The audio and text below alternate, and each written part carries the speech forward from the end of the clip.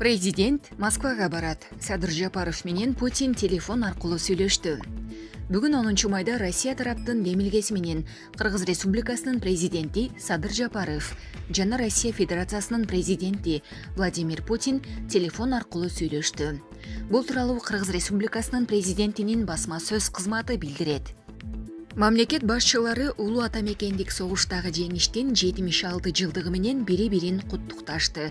Россия президенти ошондой эле Кыргызстан элин Кыргыз Республикасынын жаңы конституциясынын кабыл алынышы жана күчүнө кириши менен куттуктады. Баарлашуунун жүрүшүндө эки тараптуу кызматташуу маселелери, ошондой эле мамлекеттик чек аранын кыргыз-тажик тилкесинде жакында болуп өткөн жаңжалга байланыштуу кырдаал талкууланды. Владимир Путин Россия Федерациясынын Кыргыз Республикасына чек ара жаңжалынын кесепеттерин жоюу үчүн зарыл болгон гуманитардык жардам берүүгө даяр экендигин билдирди. Сүйлөшүүлөрдүн жыйынтыгында тараптар ушул жылдын май айынын аягында президент Садыр Жапаровдун Москвага иш сапарын макулдашты. Анын жүрүшүндө эки тараптуу кызматташуунун жана Евразиялык экономикалык интеграциянын актуалдуу маселелери каралат. Тараптар ЖККнын, КМШнын жана ШКУнун алкагында аймактык коопсуздукту камсыз кылуу кызыкчылыгындагы өз ара аракеттенүүгө өзгөчө көңүл бурушат. Мамлекет башчылары ошондой эле коронавирус инфекциясы пандемиясына каршы көрүлүп жаткан иш-чаралар, анын ичинде Россия вакцинасын Кыргыз Республикасына жеткирүүнү талкуулашат. Булак медиа центр KG. Кыргыз жарандарын барымтага алган үчүн Тажикстанга кылмыш иши козголду. 29 апрелде Кыргызстандын жарандарын барымтага алып, аларга зомбулук көрсөткөн үчүн Тажикстанга кылмыш иши козголду. Бул тууралуу башкы прокуратуранын басма сөз кызматы билдирди. Факт Кыргыз Республикасынын кылмыш жаза кодексинин кыйноо беренеси боюнча катталып, 8 майдан тарта Лелек районунун ички иштер башкармалыгы тарабынан тергелип башталды. Эске салсак, 29 апрелде тажик аскер агрессиясынан кийин Кыргызстандын 10 жараны барымтага алынганы белгилүү болгон. Булак медиа центр KG. Президент чек арада жашаган Адилдин атасына жардам берүүнү убада кылды. Чек арада жайгашкан Көк Таш айылынын 12 жаштагы тургуну Адил президент Садыр Жапаров менен жолугушту. Бул тууралуу Асоль Молдохматова билдирди. Эртең менен Кыргыз Республикасынын президенти Садыр Нуркожоевич Жапаров менен көптөн күткөн жолугушу болуп өттү. Кечээ алар Кыргыз Республикасынын президентинин администрациясынан телефон чалып, видео кайрылуу мамлекет башчысына жеткендигин жана алдыдагы жолугушуу жөнүндө билдиришти. Адил экөөбүз жекшемби күнү Ысык көлдө өткөрдүк. Каарманыбызда эбегейсиз зор таасир калтырылды. Рух Ордо маданий борбору, асман алдындагы музей, жээкте кечки сейилдөө түбөлүккө эсибизде калат. Адил түнү бою уктабай, дээрлик тынчсызданды. Мурунку күнү эртең менен жарыктын ылдамдыгы менен кийген костюм менен маселени шештик. Өзүмө орун таба алган жокмун. Ал ата, үй бүлө жана чек арадагы жашоо тууралуу окуяны кайталап жатты. Жарым саатта келдик. Кыргыз Республикасынын президенти Садыр Нуркожоевич аны жылуу тосуп алып, Адилди аталык кылып кучактап, бир катар суроолорду берди. Ал Адилдин атасынын маселеси жакын арада Кыргыз Республикасынын Тышкы иштер министрлиги тарабынан иштелип чыккандыгын айтып, жакынкы аралыкта түп тамырынан бери чечип берүүнү убада кылып, бардык көйгөйлөрдү чечти. Мен жаш баткендиктин футбол интернатында окусам деген эңсеген кыялы жөнүндө айтып бердим. Садыр Нуркожоевич жардамчысына кыялды чындыкка айлантууну тапшырды. Ал эми Кыргыз Республикасынын президенти Адилге уюлдук телефон, планшет, футболдук топту белек кылып, аягында ийгилик каалады.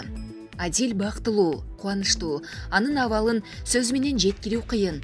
Көпчүлүк аны бактылуу деп аташат. Жана ал эрте бышып жетилди деп ойлойм. Анын балалыгы алынып кетти, азап кайгыдан улам, ага жашоонун бардык жолдору жагат.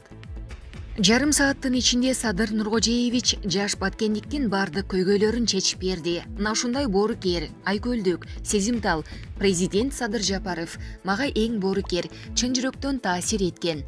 Ал долбоорлор баткендин балдары реабилитациялоо жөнүндө айтып берди. Кыргыз Республикасынын президентинин командасы колдон келишинче жардам беришет. Садыр Нуркожеевич менен жеке таанышканыма кубанычтамын. Эми мамлекет башчыны колдон келишинче колдошубуз керек.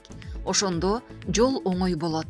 Мен Кыргызстандагы эң мыкты өзгөрүүлөргө ишенем деп билдирүү калтырган Молдохматова. Булак медиа центр Кejи. Арстан Алай. Тажиктерге кырсыкты мен жибердим. Садыр күздө кетерин көрүп турам. Кыргыз-тажик чегарасындагы тажик аскерлеринин агрессиясынын келип чыгуу себебин Арстан Алай видео кайрылуу менен коомчулукка пикирин билдирди. Анда ал кыргыз эли ааламдан келген улуу эл экенин айтып, тажиктердин агрессиясын токтотконун, бийликтин да күнү аз экенинен көзү ачыктык кылган. Тажикстан баткен элине кол салганда, эмне карап турасың? Сен жаңы кудайсың, токтот согушту деп мага арбайлар аян берди. Эртең менен туруп, согушту токтотуш үчүн арбайлардан жардам сурадым. Ошондон кийин согуш токтоду. Кечеги күнкү селди да мен аларга жибердим. Анткени мага ааламдан сен кырсык жибер Тажикстанга, эгер жибербесең, сени тааныбай жатат деп айтышты. Азыркы бийлик дагы банкротту, ааламды мен башкарам. Садыр Жапаровдун доору күздө бүтөт деп билдирет ал. Булак аргумент Кejи. Согуш чыгып кетишине Мадумаров менен Молдохматов күнөө көрбү. Камчыбек Ташиевди азыр кимдир гана сөккөн жок. Тажиктер менен абалды курчутканы чын. Туура эмес көп сүйлөп, сууну да буруп салам деп айтканы бар. Бирок Садыр Жапаров менен Камчыбек Ташиев ак ниеттен чегараларды бекитип алууга аракеттеништи. Ал эми Адахан Мадумаров, Жеңиш Молдохматов сыяктуу популисттер каршы чыккандары, элди дүрбөткөндөрү түпкү улуттук кызыкчылыкка чоң чыккынчылык болду да, туурабы?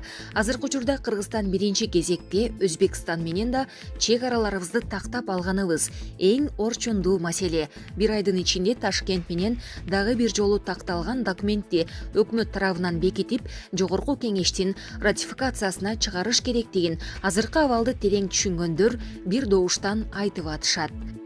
Өтө чоң коркунуч жаралып турат. Бүгүн такталбаган, бекитилбеген чегарабыз эртең күмөн жаратып кала берсе эмне кылабыз?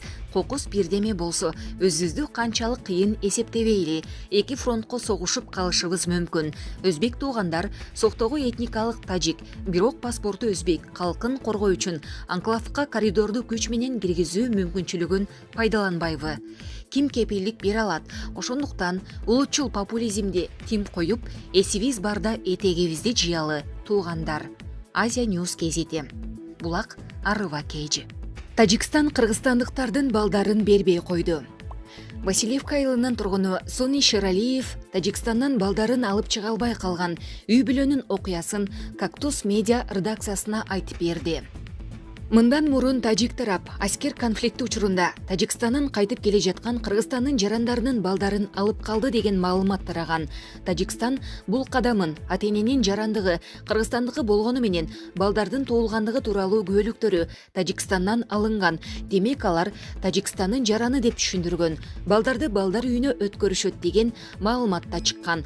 Ата-эне Бишкекке келери менен Тышкы иштер министрлигине жана журналисттерге кайрылып жардам сурашкан. Шералиевдин айтымында бүгүнкү күндө маселе чечилди. Бул адамдар Тажикстандан Кыргызстанга бир нече жыл мурун көчүп келип жарандыгын алмаштырышкан. Келгенден бери Чүй облусунда жашашат.